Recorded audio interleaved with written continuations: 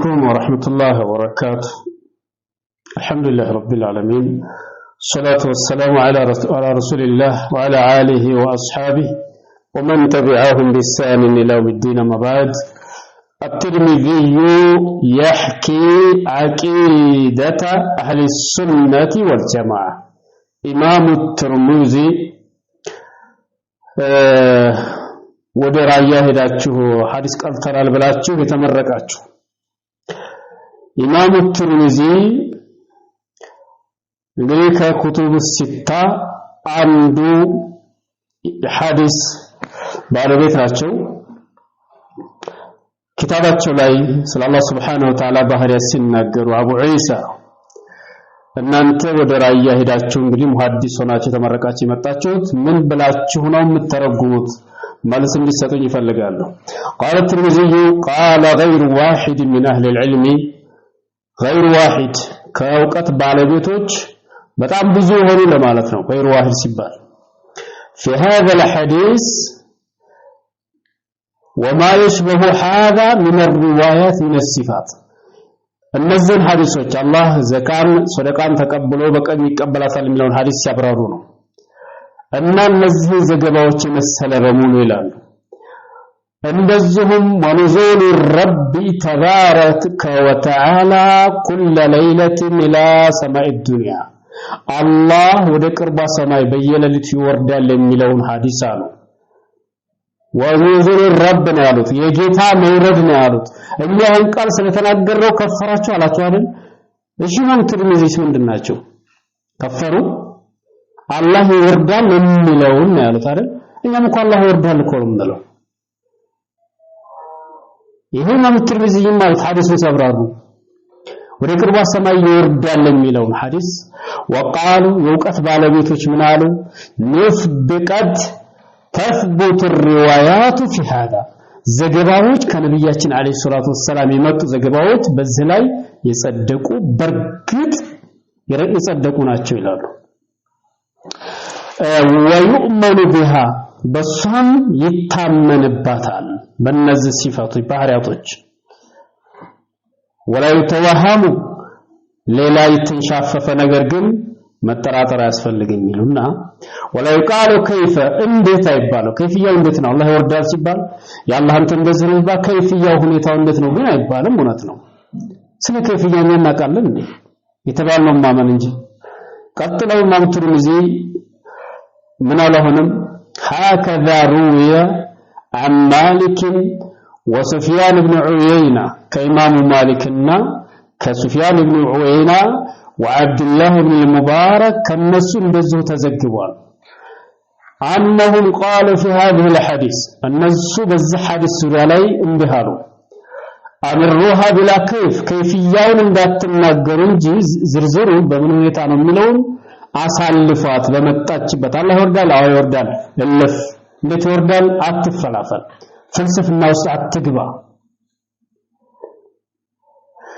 وهكذا قول اهل العلم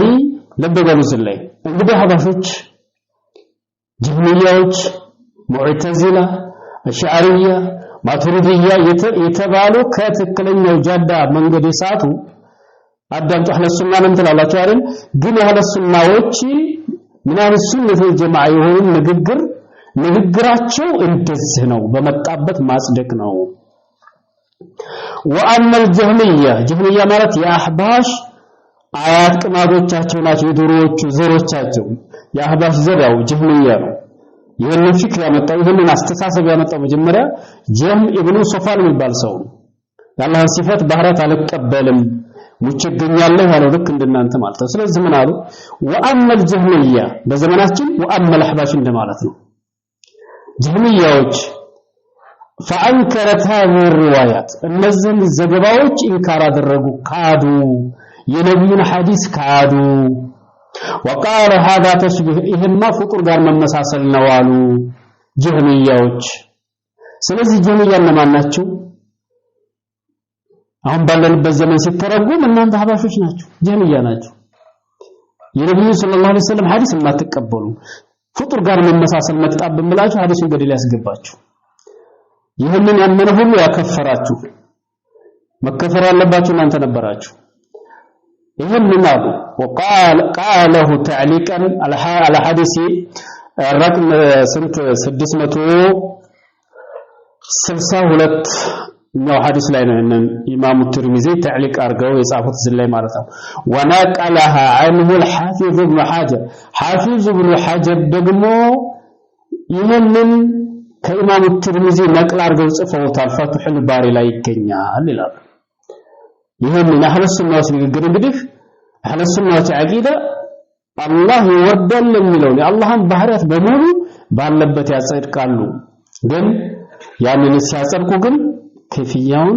ሁኔታውን እንደዚህ ይወርደው እንደዚህ ይወጣል የሚል አህለ ሱናዎች ዘንድ አታገኙ የንዚሉ ሲባል ንዙል መሊቁ በጀላሊሂ ለአላህ የሚያወርበትን መውረድ እሱ በሚያቀው መልኩ እኛ በማናቀው አላህ Subhanahu Wa Ta'ala ይወርዳል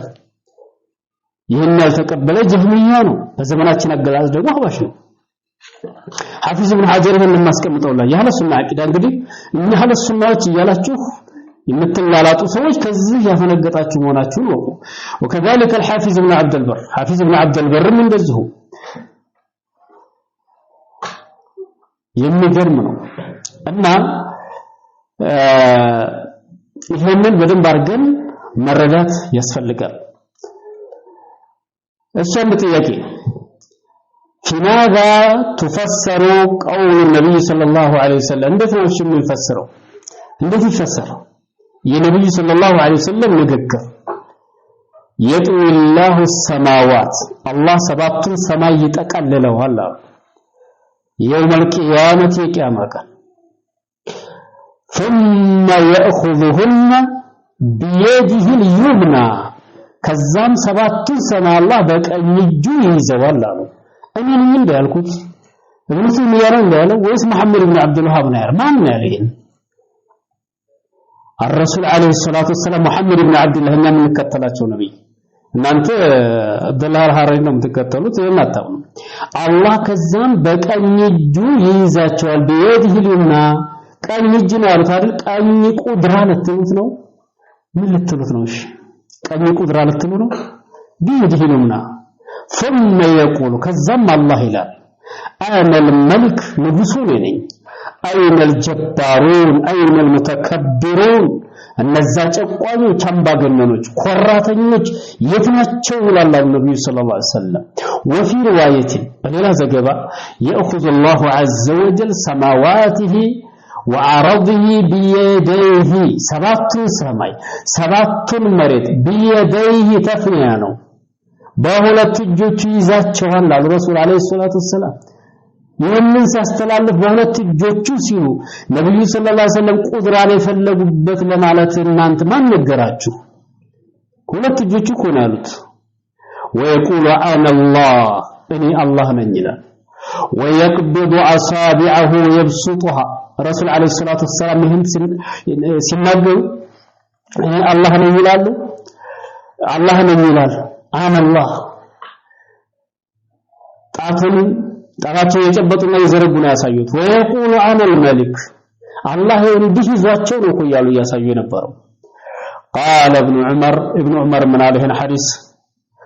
ከነብዩ አለይሂ ሰላቱ ወሰላም እዛው ሙባሸረተ የተከታተሉ ነበርና حتى نظرت الى المنبر يتحرك